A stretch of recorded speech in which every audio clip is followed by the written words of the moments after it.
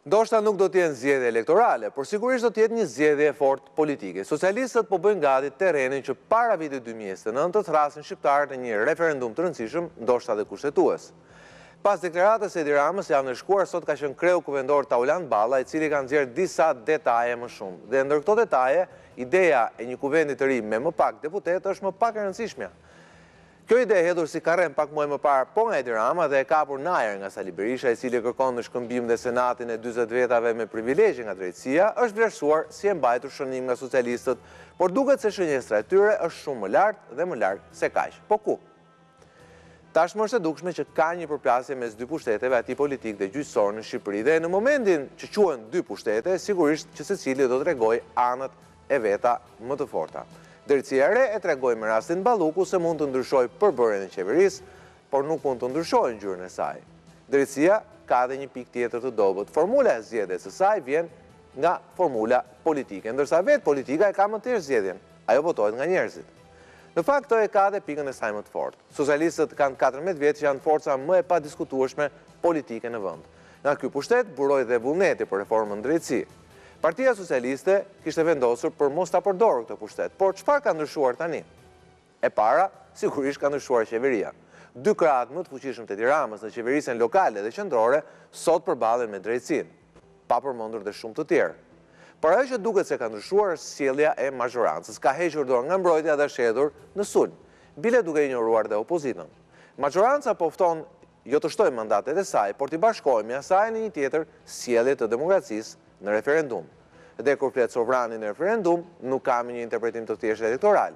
Së pari, konfirmon se sa e drejt apo e gabuar është një kaos për te gardeve politik. Së dyti, sigurisht dhe këtu është dinakria e Edi Ramës, konfirmon një shumicë politike të vënë në dyshim, si shto dhe e vetë nga ndonjë shyshe në Berlin apo Bruxelles. Por si çdo gjë e re, edhe kjo ka rrisjet e saj.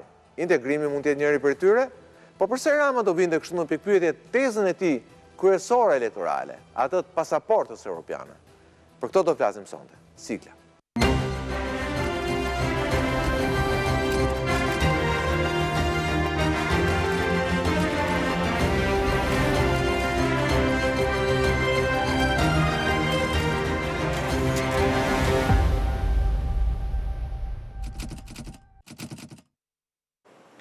Mirëmbrëma dhe mirë se vini në Rrysor me mua sonde në program, janë Erion Malaj, deputet dhe në kryetar grupit parlamentar të Partisë Socialiste. Mirëmbrëma Erion, kënaqësi të kem program. Mirëmbrëma, kënaqësi për mua. Kam kënaqësi të kem program gjithashtu për herë të parë Albatros Treçan, shkrimtar dhe komentator. Mirëmbrëma Albatros, kënaqësi të kem sonde në Rrysor. Arben Meçaj, mirëmbrëma Meçaj.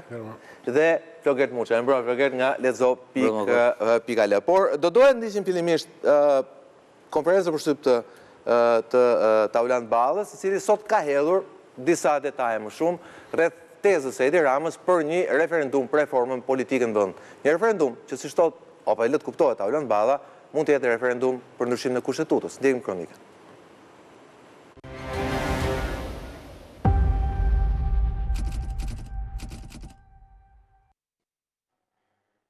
Mazhoranca socialiste ka gati draftin për referendumet një parashikim në kushtetut, por i pa aplikueshëm deri më tani për shkak të mungesës së ligjit. Socialistët e kanë hedhur këtë hap që e prezantoi pa vonesa nga lajmërimi i Ramës të shtunë në asamble. Kreu i grupit parlamentar të Partisë Socialiste Tauland Balla. Kushtetuta përcakton se si mbahen referendumet dhe po ashtu se si përmes referendumit mund të miratohen dhe amendamentet e kushtetutës, por sot jemi këtu para jush, pikërisht për t'i dhënë udhë këtij procesi. Drafti nuk është depozituar në parlament, më parë ai do t'i nënshtrohet një konsultimi të gjerë. Grupi parlamentar i Partisë Socialiste, prandaj jam këtu bashkë me nënkryetarin, do të zhvilloj disa tryeza të mëdha konsultative me jurist, me profesoratin, student, me shoqërinë civile, me qëllimin e mirë që të shkojmë në një draft, një projekt të konsoliduar mirë. Balla në këtë grup të konsultimeve nuk përmendi opozitën, por drafti do të kalojë edhe në procedurë parlamentare. Ligji i referendumeve miratohet me 84 vota, fillimisht pasi të kalojë diskutimet parlamentare. Edhe ky ligj për referendumet do të kalojë në të gjitha filtrat parlamentar ku opozita është e përfaqësuar. Por mos harroni që Partia Socialiste e Shqipërisë, e cila në 11 maj 2025 ka marrë 83 mandate për të qeverisur vendin, por për qëndë shumicë vendimmarrëse në Kuvendin e Shqipërisë, ka pikë pari një kontratë me qytetarët. Në draft ndërkohë parashikohen rregullat, natyra e referendumeve, mes tyre edhe referendum kushtetues, që do të kërkojë kalimin e testit të numrave në parlament, 93 të tilla. Referendum për ndryshimet kushtetutës, organizimi i cili vendoset me 2/3 e të gjithë anëtarëve të kuvendit, të cilët kërkojnë që projekt amendamente kushtetuese të votohen drejt për drejti nga populli me referendum. Referendumi i kërkuar me të paktën 1/5 e gjithë anëtarëve të kuvendit që amendamente kushtetues i miratuar nga kuvendit ti nështrohet votimit popullor me referendum, referendumit përgjithshëm për një çështje të rëndësie të veçantë kërkuar nga populli nëpërmjet 50.000 shtetësve me drejt vote. Referendumit të përgjithshëm për një çështje të rëndësisë veçantë kërkuar nga kuvendi me propozim të jo më pak se 1/5 deputetëve ose me propozim të Këshillit të Ministrave. Dhe kategoritë e referendumeve të cilat në projekt ligjin që ne do të shtrojmë për konsultim publik janë referendum kushtetues, referendum i përgjithshëm, referendum vendor. Ligjin mazhoranca socialiste synon ta miratojë deri në muajin korrik dhe një ndër propozimet e para që mund të shkojë për referendum mund të jetë ideja e uljes së numrit të deputetëve në parlament. Edhe për sa i përket ndryshimeve të kushtetutës lidhur me nenin për numrin e anëtarëve të parlamentit, ne kemi propozim disa vjeçar tek 100, 101, 101, nëse do t'i drejtohemi popullit për ta pyetur për këtë çështje, këtë na lejon kushtetuta.